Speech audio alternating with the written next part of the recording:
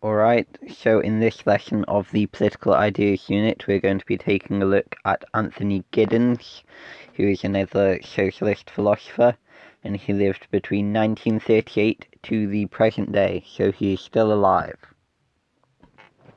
Anthony Giddens and the Third Way, frequently just called Third Way Socialism.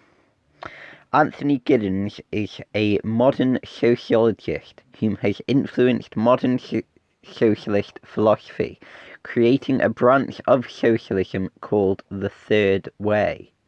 In his book Beyond Left and Right, written in 1994, he made it clear that he had many sympathies with socialism, and he critiqued the supposedly corrupting effects of capitalism on the socialist doctrines of community and fraternity, as capitalism encourages individualism.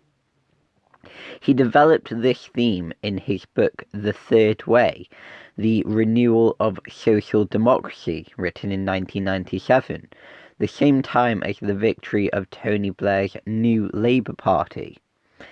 Giddens believed that the survival of social democracy depended upon socialists understanding the ability of free market capitalism to ascend individuals economically, to essentially alleviate the conditions of the poor and making them wealthy through capitalism.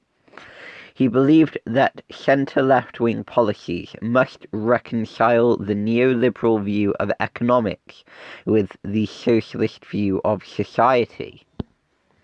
Giddens and Fordist capitalism.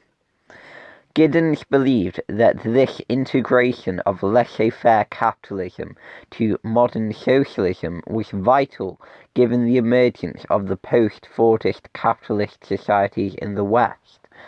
Fordist capitalism was based on the notion of huge industrial units of mass production, which had spawned tightly knit urban communities based on similar income, which was similar as they all worked for the same employer.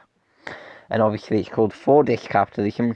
This was a model of assembly created by the man himself, Henry Ford.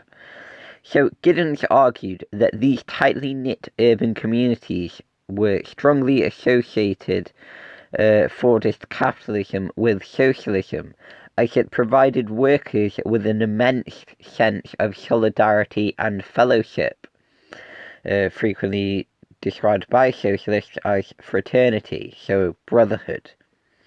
Giddens believed that this solidarity of workers in a Fordist state would encourage the workers to come together and challenge their employers to provide them with better living conditions through trade unionism.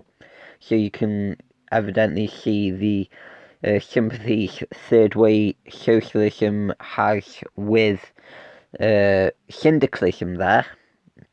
Obviously, because syndicalism accepts capitalism as a state and basically just argues for better treatment, better working conditions, and better pay for workers through trade unions. Giddens argued that in the now post-Fordist societies, the collapse of heavy industry resulted in the fragmentation of these communities and thus encouraged the atomization of the workers.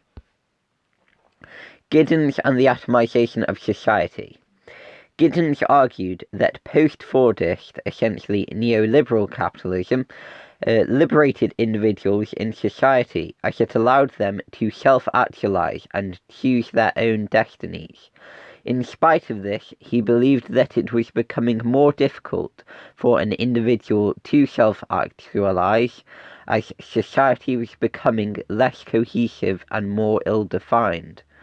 Giddens therefore believed that the increased atomization of the working class actually made it more difficult for them to become individuals, as they did not have support from their local communities, so they could be influenced by the cultural and economic elites. As a result, Giddens believed that the state should be more proactive in encouraging increased investment in heavy infrastructure, such as transportation and community services. So once again, you can see the links to Keynesian economics there. He believed that the working class required better education so they would be prepared to work in the modern economy, where physical labour played less of a role in the work sector. To sum up, Giddens was clearly a revisionist socialist who believed that Keynesian economics had become obsolete, given the clear advantages of laissez-faire capitalism on the working class. He believed that the state should only ensure equality of opportunity for all classes, and he accepted that this would result in inequality of outcome for the best workers.